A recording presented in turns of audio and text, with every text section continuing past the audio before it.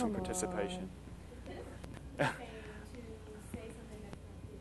Okay, there we go. So it's talking about saying stuff that's not true, either written or verbal, either one. We're going to start with a little activity here. We're going to let you get into groups of 2. If we need to get into groups of 3, that's fine. But you need at least a group of 2. And once you get into your groups, it doesn't matter who you group with, but once you get into your groups, read through the example that's there on the top of your page. And with your partner, just go through and answer the 3 questions. We'll give you just a couple of minutes to do that, not a lot of time. And then in a second, we're going to go back through, discuss and talk about the situation and what answers you may have come up with for those questions. So I've got 6:06. Let's shoot for about 6:10 being done. If we have an odd number and we need a group of 3, that's fine. You can just answer one sheet between you and your partner, and that'll work fine. Or between your group. You won't need all 3 people to write. I'll take one of those just so we can go through. Awesome. All right, Rochelle, let's go ahead. If you're not done, we'll come back to this in just a second if you didn't have enough time. But we'll come back to it in just a second. Defamation, as we were told a minute ago, is slander or, I think that's pronounced libel. Is that correct? Is it libel or libel? Okay, libel. Defamation is slander or libel statements that are hurtful or false. That can be written or spoken, either one. Defamation is an intentional tort. When we talked about negligence, we remember that was an unintentional tort. With intentional torts, the person who is making the defamation statement is doing it with a purpose or with a reason, and they know what the consequences are going to be. So that's kind of the big difference between defamation or the intentional torts and the unintentional torts. 4 elements that are required for defamation. Just like when we had negligence, there was 4 elements. Number 1, it must be a false statement. If you say anything that's true about someone, you're clear. They can't sue you for defamation. So number 1, it must be a false statement. Number 2, it must be published to a third party. And what that means by a third party is someone other than the person that you're talking about. So if I'm making a statement about Rochelle, for instance, maybe I call her a liar or a thief or whatever it may be. If I say it to her, she can't sue me for defamation. She's not a third party. If I go outside the room and I'm talking to Dr. Roberts and I say, don't let Rochelle in your class, she's a thief, now I've given it to a third party because she's not in the presence while I'm doing it. The third element to defamation is that it holds the subject up to public ridicule, and this kind of falls in hand with number 4, which is causes the party a financial loss. Again, if I'll use Rochelle as an example since she's my partner, she won't mind me picking on her. I hope, maybe. If I go outside the room or I come in the room early and I'm talking to Dr. Roberts, and I say, you know, Rochelle probably shouldn't be in your room. You probably shouldn't leave her in there. She's a thief. She's a liar. She'll steal stuff, so on and so forth. If Dr. Roberts were to say, hey, you're right, I'm not going to allow her to attend my class, that would obviously affect her ability to graduate, which in turn could cause her financial loss in the long run. If she couldn't get a job because she didn't have a certain degree or whatever it may be, that's what she would have to prove in court, that what I said caused her to lose financial as well as the top 3. Element number 4 is the hardest one to prove in court, obviously. You have to find a way to show that what you said did cause her financial loss. Or she would have to find a way, if she was the plaintiff. So number 4 is the hardest one to do. Most jurisdictions, most states will allow for pillow talk. If you don't know what pillow talk is, that's talking across to your spouse. So if I'm laying in bed with my wife or whatever it may be and I'm telling her that Rochelle's a liar, that's okay. I can do that as long as she doesn't share it with someone else or I don't. Your spouse, significant other, in most jurisdictions, not all, will not be considered as a third party. Okay. Take a look at your handout again now that we went through that little slide and see if there's any changes you would like to make. Now you kind of understand what the 4 elements are needed. So you may have a different answer, especially for A, as far as what you think happened in that situation. I'll give you just a few minutes this time, not quite as long, to kind of go through that again, see if there's any changes you want to make, and we'll take just a second to talk about that handout. I've got 6:13. Let's shoot for 6:16. 2 or 3 minutes. You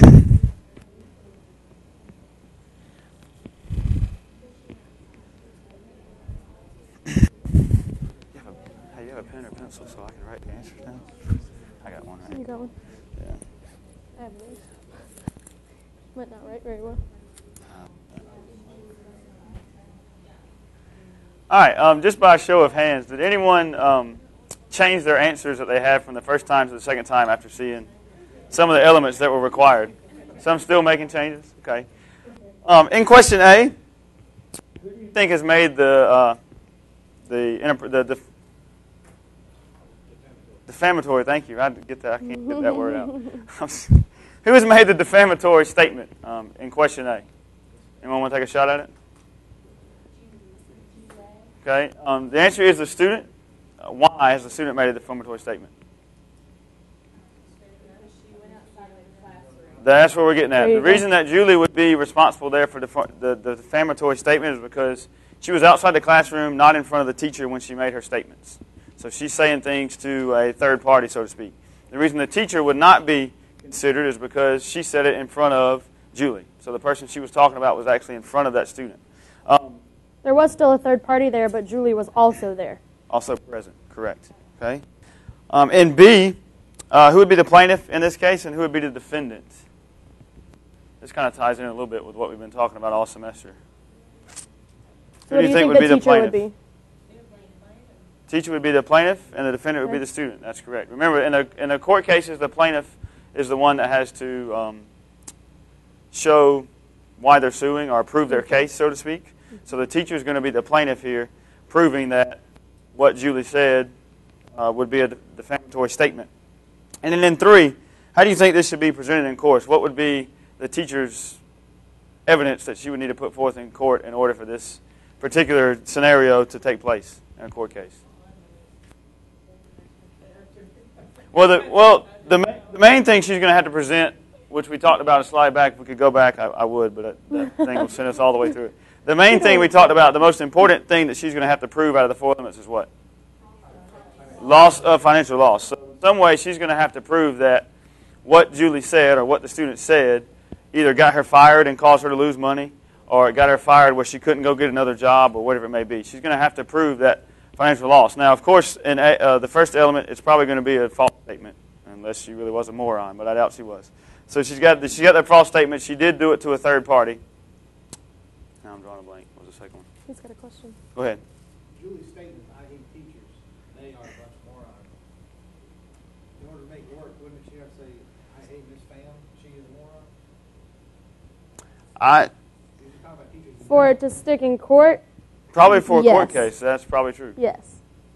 But again, I would say that Miss Pham would be roped into the teachers. Just for this scenario. She is a teacher, so she would be kind of roped in that. I guess all the teachers could possibly sue if it was a real case. Now, again, this isn't a real court case. This is something that we found, but I would assume that maybe any teacher could at that point if they could prove. Again, the toughest thing in the situation, though, is they're going to have to prove financial loss.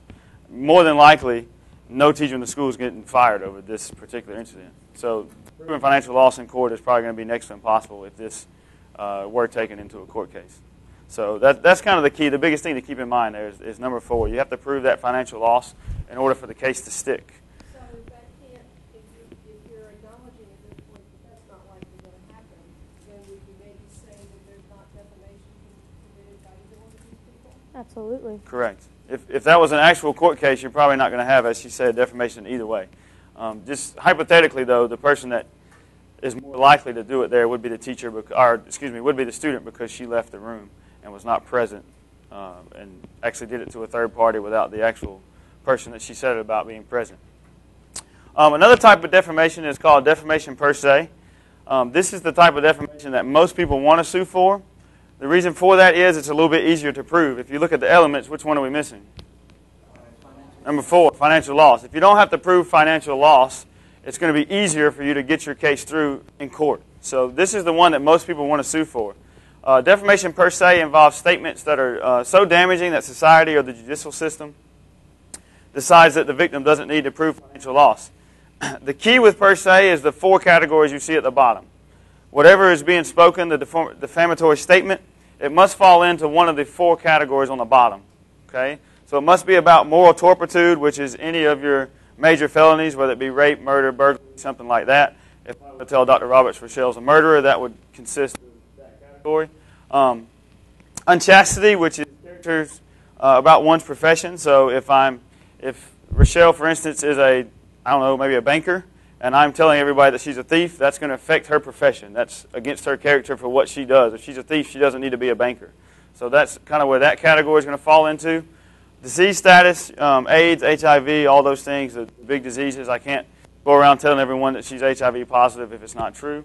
And in the end, professional behavior kind of falls under close to the same category as unchastity. I can't say anything negative about her that's going to affect her professionally or in her job. If I do, then she can sue under this category of defamation per se. Okay? Again, this one's the one that most people shoot for just because it doesn't require that financial loss. That's the hardest one to prove once it gets into court. Questions about per se and the difference between defamation and defamation per se, or how you get there. Okay? Biggest thing, just to remember the 4 categories that separates defamation from defamation per se, and why most court cases are going to be filed under what? Or the other one.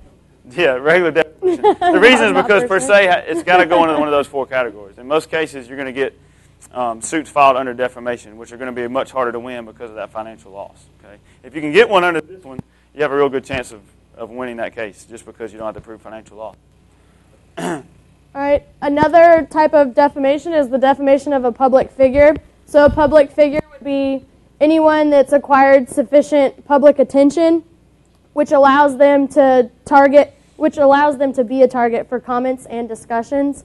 So this would be like your coaches, say your mayors, professional athletes, actors, singers, anybody that's you normally see in the media. Those type of people are people that are going to fall under this public figures. This one actually has 5 elements, and so you still have to prove that it's a false statement. You still have to it still has to be to a third party, which would hold the person to public ridicule, and you still have to prove the financial loss. But this also adds the malice or reckless disregard for the truth. So this is saying that they kind of knew that it was wrong, and they're still saying it anyway. They're going out and they're almost attacking this person that's of a public standard, that they're going to a news person and saying, hey, this is what I heard, but they don't really know that it's the truth. So with any defamation case, the plaintiff has to prove the defamation, and they have to prove what was said, and they have to find some type of proof, whether it be written, whether they have it recorded, some type of proof. And just some things that you should remember is if it's not true, don't say it, because you never know who's listening or what they're going to say, who they're going to go tell. You never know anything like that. Even if you know that it's true but it's negative, still don't say it, because anybody can twist your words. Anybody can go say, oh, well, so-and-so said this. It might be true, but if it's still negative, just to cover your butt, don't say it. All right, one of our first cases, public official cases. Again, remember when we're talking about public figures, you have to have that 5th term, the 5th key there, which is reckless or disregard for the truth. This case was New York Times Company versus Sullivan. It took place in 1964. In the South in the 1960s, what was going on? History lesson for you. Segregation, all right? So the New York Times, up north, the northern part of the United States, was posting information in their paper concerning this segregation that was taking place in the South. The defendant in this case was Sullivan. He worked for the Alabama Public Safety Commissioner. He was the one in charge of the police force in the state of Alabama at this time. He was sending out the police officers and things to kind of break up the riots that were taking place and all the other fights and problems that were going on. And what the paper was doing is they were publishing and kind of telling everyone that wasn't around the South that things that were going on in the South were being handled incorrectly. You know, that this Sullivan guy was using brutal force, telling his guys to go out and beat people and use brutal force when it wasn't necessary. Once it went to court, the problem was, again, that he was unable to prove it was actual malice or disregard for the truth. Remember, that's required for a public figure. What the courts were saying was that the paper can tell about these things because there's no way of them knowing, yes, it's true that he's actually telling his officers to go out and do it, or if these officers are making their own judgments depending on the situation they're in. This was an important case in defamation because it allowed for the freedom of press, part of our First Amendment rights. It was part of what kind of went into that writing, and it allowed for other papers to begin printing and writing things because they knew they were going to be they couldn't be sued in the courts due to the fact that they would have to be covered under the actual malice or disregard for the truth, and that wasn't taking place in the papers that they were writing. So it allowed other papers to actually go in and not interview people, but give write-ups and give reports about what was happening in segregation around the United States. Go ahead. So essentially, making up something is okay when... Well, it's not that it's making it up, but you have to actually know that what you're saying is a lie. You have there has to be something there that you actually know that you're telling a lie. You see what it's kind of, it's not that you can make it up, but if there's not proof that you actually knew it was false, so then if you know the you're truth okay to write and it. you intentionally put something that's beyond the truth and they can prove that, that's when you're in trouble. That's when you're in trouble. But again, you have to remember that's only for public officials because public officials have that fifth element. Now, if you're just saying about me, I'm not a public official, I can sue you without having malice or disregard. But with public officials, they're held to a higher standard because, I mean, you guys know people complain about referees, coaches, things like that all the time. But those are higher officials. They can't turn around and sue unless you can prove that you actually knew that was not true when you said it, which is much harder to prove. It's kind of like the financial loss thing. It makes it very difficult to prove in a court case. Another public official case we have is the McQuarrie versus Penn State. McQuarrie is one of the assistant football coaches at Penn State, and he was the key witness, well, actually the only witness in the Sandusky case. And he is filing what's called a whistleblower lawsuit, and this is basically like, they're calling him, he's like the rat. He's the one that told on them and spilt the beans about everything. Well, what he's saying is that there's whistleblower laws that protect the whistleblower. So if he went into court and he said everything that he said, he's protected on that through this whistleblower law. Well, now he's saying that that was broken when Penn State refused to rehire him, to bring him back for the next year. He's saying that the law was broken also because they refused to pay for his legal fees. So he had to pay his legal fees. He lost his job. So that's where he's filing for, his financial loss. Right there, he lost his job. So how is he supposed to make his money? The different elements in this is it harmed his reputation. So nobody wants to hire him because he was just involved in this case. And so how is he supposed to get a job and make his money? It attacked his honesty. In my opinion, probably the best information. The best idea is just that if you get someone that you think you're going to write something really negative about them, maybe just turn down the recommendation and say, I don't feel comfortable writing it. Because no one says you have to write the recommendation. You have that choice. So if you think it's going to be something where you might put something that could be defamatory, just, say I respectfully, choose not to write it, and just don't write it for the person if you don't think you're going to write things that are appropriate. Well, and that helps the person that's asking for the recommendation. Ask them for a positive recommendation, and if they say I can't give a positive recommendation, then you go to somebody else. Don't. Because there's going to be nothing wrong with me just telling Michelle, hey, I'll write it for you, but I'm not going to give you probably the type of recommendation you want, and then she can make her choice on yes, go ahead and write it, or no, don't. Instead of writing something negative, turn it in and running the risk of doing something you shouldn't have done. So, real quick, the guidelines, we'll just go through them real quick here towards the end. Remember, the truth will always set you free. As long as you say something that's truthful, you don't have to worry about any cases with defamation. As we were just talking about, don't offer unsolicited advice. If someone doesn't come to you asking for it, just keep your opinion to yourself. That's the safest bet there. Teachers are granted qualified privileges, but not absolute. So remember, you have to be, again, don't solicit that advice because you could lose your qualified privilege if you do, which would not cover in the court. The statute of limitations for defamation is 1 year. Also, keep in mind, the longer you wait, the harder it is to prove. So it's best if you do have a defamation case to go ahead as quickly as possible and put it through the court system. The plaintiff is always the one that has to prove it in a court case, and it must be presented to a third party and prove financial loss. Financial loss being the hardest one. and the key down at the bottom. The only one that doesn't require financial loss was our defamation per se. And remember, that requires the other 4 elements of moral turpitude, things of that sort of nature. And then also remember, if you become a public official, which kind of ties into education, if you become, I don't know, college coach or something like that, officials, I official high school and college stuff, I guess could kind of fall into that category if someone was criticizing me in the paper. But public officials, you must be able to prove reckless disregard or malice towards what they were saying. It's just another step as far as defamation goes. They get a little bit harder to prove just because they're held up on that higher pedestal. So I think that's it. I think that's it. References there. You guys have any questions? So who's the plaintiff in the case in a defamation case? Which person is the plaintiff?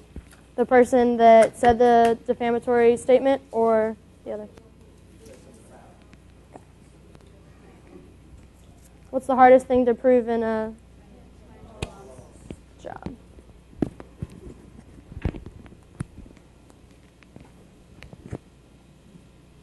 We had another group project, but I think we're a little out of time.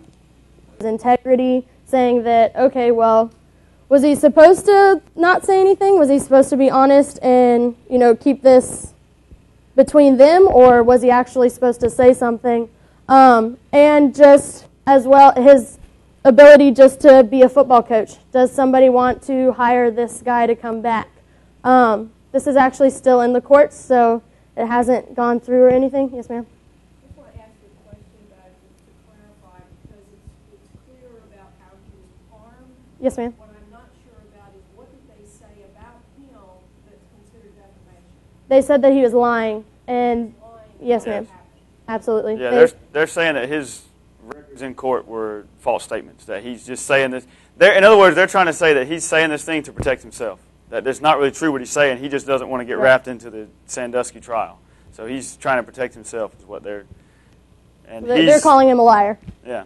He's fighting back saying, no, I told the truth. I reported what I was supposed to. You say he's the only witness in the case. He's the only witness in his suit against Penn State. He's not the only witness. They were saying that he was the key... Well, they were saying that he was the key witness and the main witness that actually testified in the Sandusky case itself. All those boys testified. That's true. Yes. Yes, ma'am. He's the one, yeah. Yes. McCreary's the one, though, the reason, he's the one at Penn State that was actually involved. Because there was only 3 of them. It was Sandusky and McCreary, and then, of course, lose my mind, somebody help me. Oh, the late Paterno. Paterno obviously can't testify, so he's the only one. McCreary's the only one left that was actually involved in the incident outside of the young men that were involved that can actually testify hard evidence, so to speak. This case is just coming from them. They're calling him a liar, so he's pulling out the whistleblower lawsuit saying that that was broken by them not... The main reason that they're saying that they broke it is because they didn't hire him back. Yeah. Is the main issue there. The whistleblower laws is what protects them from firing him. They can't fire him because he came out and spoke what he knows about the case. So that's where the quote-unquote whistleblower comes from. Another case, this one deals more with written stuff, internet online cases. Xeron versus American Online. This was in 1997 when this took place. I believe it was 96, late 95, early 96. Everybody probably remembers the Oklahoma City bombings that took place at that time. AOL was running a web page, but a blog, so to speak, where folks could go on and talk things. And on the side of this blog, on the AOL web page that they were running, was different ads and links that you could click on. Well, one of them was dealing with Oklahoma City bombing suspect. And when you clicked on it, it took you to another page where they were actually selling T-shirts that were praising this man for what he did. Xeron, I guess that's how you say that, Xeron. He was the guy whose name popped up on this link and said, hey, here's my telephone number. It had his telephone number in there. Call me. I'll sell you these shirts if you think what happened was a good thing. So his name was kind of linked to this as the person selling all these inappropriate T-shirts in Oklahoma City bombing. Again, the ads were ran on a AOL bulletin board. Well, Xeron obviously sued American Online, saying that he actually originally got in touch with the corporation and told them, hey, my name's on there. You need to pull this down. Stop running it. They refused to do so. They continued running the ad on their blog, and it was at that point that he decided to go ahead and sue. When it got to the lower cases, the lower courts, they ruled in favor actually for AOL, citing CDA laws. CDA laws are the Communications Deficiency Act. These were passed around 96. Right about the time this case happened is when these were passed. Now, it took it about a year before it got to court, but the case and these laws were kind of simultaneous. They were kind of one and the same. Xeron's argument was that these laws shouldn't protect America Online because the case happened right before the CDA laws were passed. And what the CDA laws have state and are still in effect for is that they protect ISP, Internet Service Providers. They give Internet Service Providers immunity from things that are posted on their site. In other words, you can't go sue American Online, or Google, or Facebook, or Bing, or anyone for something posted on their website. They're just providing the space. They don't monitor what's actually put on there. So if someone puts something, you can't actually sue them. So that's what the CDA laws did. And again, Xeron tried to argue that these shouldn't take precedent because the actual problem that took place on the American Online was before that case, but the judge ruled that because they were so close together, so simultaneous, that the laws would take effect. The U.S. Supreme Court, he tried to take it there. They denied his hearing. And so the case stood in favor of American Online. And it's important because, again, those CDA laws protect ISP servers even today. You can't go in and sue, American Online if they're posting bad. If someone else comes on there and posts bad things about you, it's not American Online's responsibility. That kind of comes to this next case, which is Finkel versus Facebook. This was an interesting case for me. Finkel is a high school student, and 4 of her classmates were on Facebook, and they made their own private group, and it was called 90 Cents Short of a Dollar, and this group was flat out made to pretty much make fun of and say things about this child. It was a private group, but they said things such as she was a woman of dubious morals, that she acted in, she engaged in bestiality, that she was an IV drug user, that she had HIV and she had AIDS. It's a bunch of statements that weren't true. And so Finkel and her parents went on to sue Facebook, the 4 children that were involved in this private group, and their parents. They were suing Facebook, saying that Facebook should have known that the statements weren't true, and that even if they did think they were true, they should have looked to make sure that they were true. They should have backed it up. And they were suing the parents based on the fact that they were negligent. They negligently failed to supervise their children while they were on the computer, whatever they were doing on the computer. And they sued the children, or the 4 students, for defamation and basically for bullying. So this case, what do you guys think happened with this case?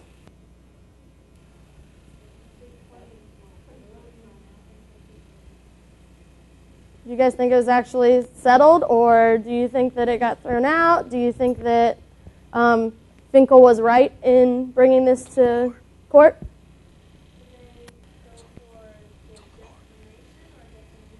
Defamation? Defamation. Okay. It was thrown out. It was dismissed, actually. And it said that Facebook was immune from liability. And the judge said that the students saying all the things that they said was just an act of the students seeing who could outdo the other. Not necessarily that they went out around the school saying the things. It was in a private Facebook group, so it wasn't posted to everyone on Facebook. It was between them seeing who could outdo the other. That's what the judge said. With this, even though it was on Facebook, how do you measure the harm? Like, how do you say, oh well, this is how it's affecting her? Does anybody know?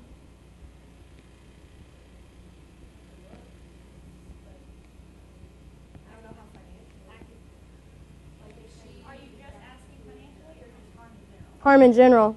Psychological, physical, anything like that. If other people have to hear about the things that were on that page, she didn't want to go to school, There you go. Good job. Yes, absolutely. Do you think that this violates the freedom of speech, our First Amendment, for the students that were actually posting online? Okay. I think it's pretty clear that this is a bullying case. And yes, the case was dismissed under the CDA immunity law. So Facebook couldn't be held accountable for what its users posted. And the users, another thing that came up was when you sign up for Facebook, you have to check and acknowledge the terms and conditions of Facebook and all of that. So Facebook was actually immune from this as well. My question would be then, if they hadn't sued Facebook and just sued the classmates for posting that, could there have been a defamation case there again? Could Facebook have sued the students?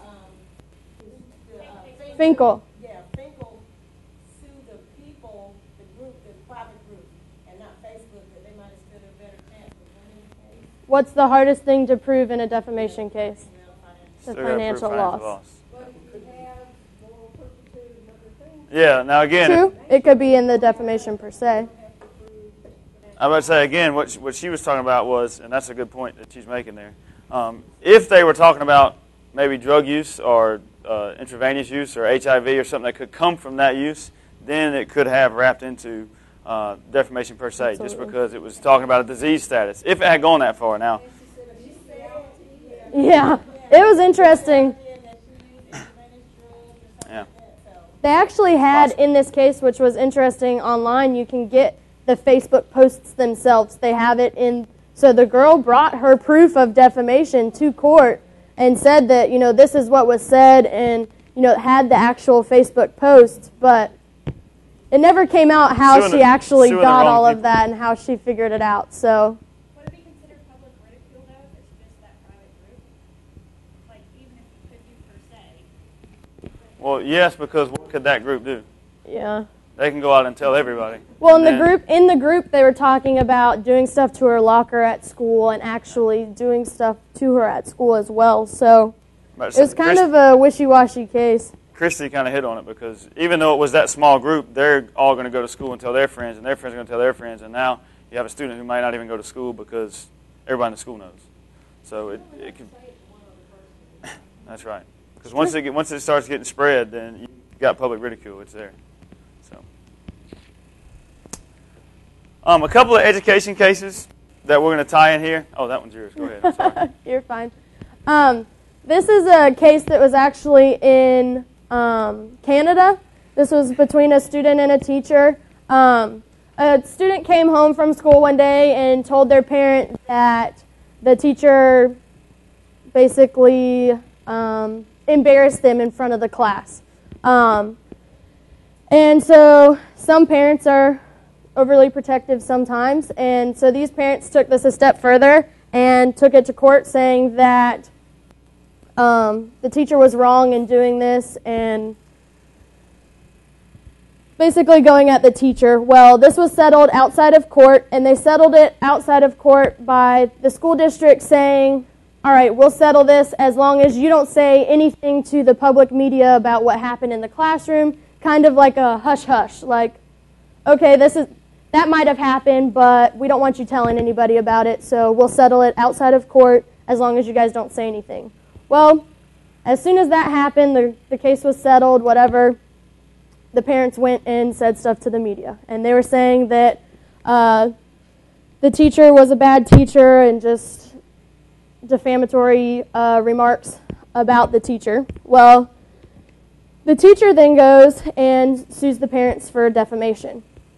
So the teacher goes in, and the way that she hasn't had a job for years now because of this. It made it to national headlines. It was on TV in the news. It was in newspapers all over the country, all of that. So everybody heard about it. So nobody wants to hire a teacher that treats a student like this, whatever. So she basically couldn't get a job. So she was out of work, and that was her financial.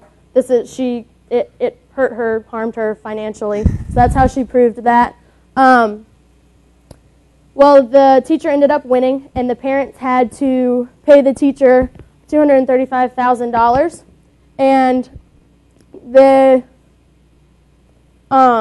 and it said that, it's always the teacher bullying the student, or the student bullying other students, or the teacher bullying the student. But in this case, it was the student bullying the teacher themselves, and they said that they can't do that, that's not allowed. It's not allowed to go the other way.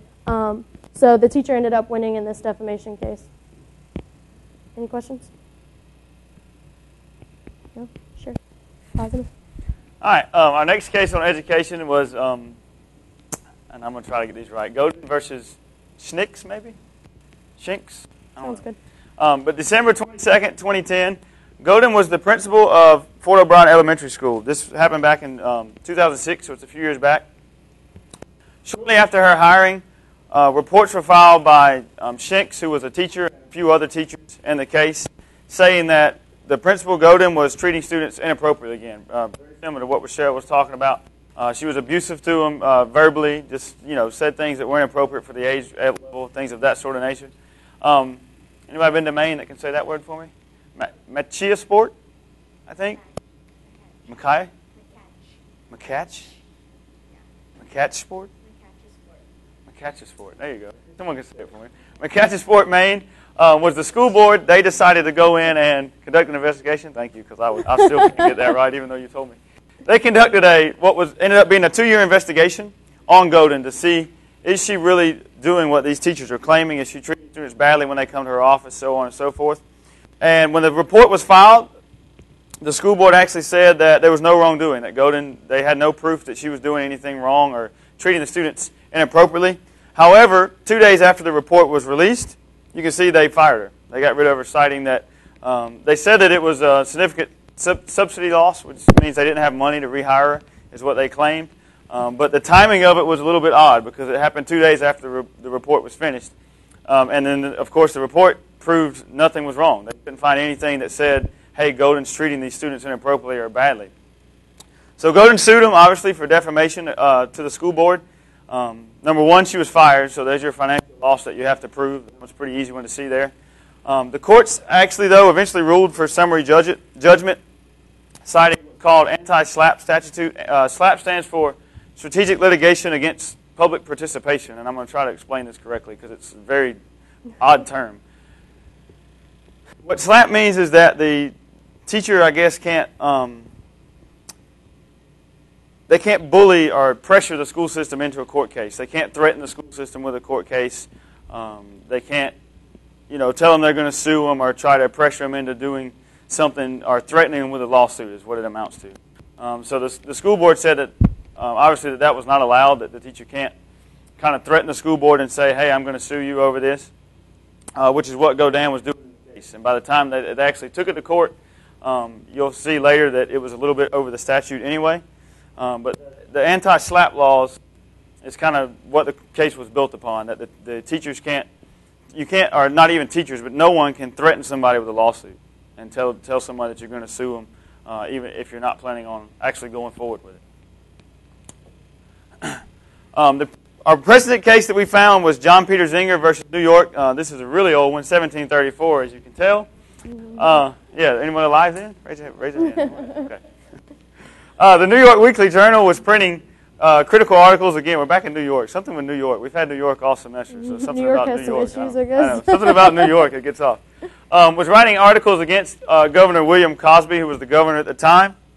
The articles were written by James Alexander, but they were actually printed by a man named John Zinger. Cosby ended up suing, and of course, much like the other cases we've talked about, he didn't sue the writer, he sued the printer.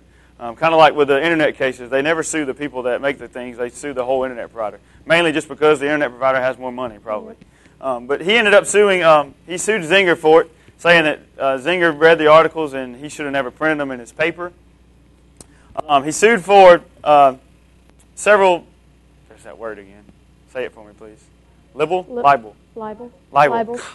That one's not as easy as the one which you gave it to you. Several libel printings within the newspaper. And the governor also cited that these printings were raising turmoil amongst his people. It was causing the people to be angry against the governor. It was causing uproars against the governor, things of that sort of nature. So that's the reason that Cosby was suing for defamation. Obviously, if there's uproar and madness, there's a possibility that Cosby could do what? If someone's mad at the governor, what are they going to do? At least in today's world, anyway. They're going to vote him out, and then he's going to lose his financial. So there's going to be your financial loss. There's the turmoil. Zinger was defended by a Philadelphia attorney named Andrew Hamilton. And what Hamilton was arguing was that everything Zinger printed in his paper was true. Of course, Cosby was saying all this was libel statements and false statements. Hamilton's argument was that everything in the paper that he was writing was true. And when it went to the court case, Old English law at this time, remember we're in the 1700s here, was written to protect, obviously, the governors, protect the people, the mass people. They didn't want them being in any type of trouble. And this became a precedent case because Andrew Hamilton was able to prove that, hey, even though the governors, the law is there to protect the governor, if we're telling something that's the truth or we're writing something that's the truth, it shouldn't be allowed to be called defamation. I haven't spoken anything false to him. Everything that was written was true. And so, obviously, the jury ruled in favor of Zinger. This is really what kind of put in motion the freedom of press laws of today, because as long as you're writing something that is true, you're okay. The truth ends up being an absolute defense in any defamation case, is what this president is saying. If someone, even if I do go to Dr. Roberts and say, hey, Rochelle's a thief, well, if she gets arrested next week for being a thief, she can't do anything about it no matter who I tell, because now I'm telling the truth about her, and that's an automatic resolution. And of course, it helped with judicial tyranny, keeping the absolute rulers from ruling without anyone saying anything about them, because as long as they're telling the truth about anyone, they're okay. They're not going to be in trouble for those cases.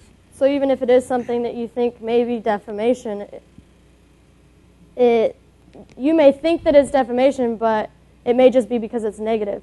It still may be the truth, therefore it's not defamation. Just because it's negative doesn't mean that it's not the truth. And that's where that's protecting them. They can still say it, even if it could harm the person. So what this is, like he just said, the truth will set you free. So if it's true, you're fine. I mean, they can't sue you as long as it's true, no matter what, even if it is harmful for them. When it comes to defamation, there's two different types of privileges. The absolute privileges. This is where, like, the judge in a court case or anything like that, the judge can say whatever he wants. You can't sue the judge for saying something that you think is defamation, or even if you think it could be. And then there's qualified privileges, and this is for the teachers, the coaches, and administrators. I'm going to go over that a little more in the next slide. And then, so the statute of limitations for a defamation case is 1 year. You have to bring it up within a year for it to be able to stick in court, or for it to even become a court case.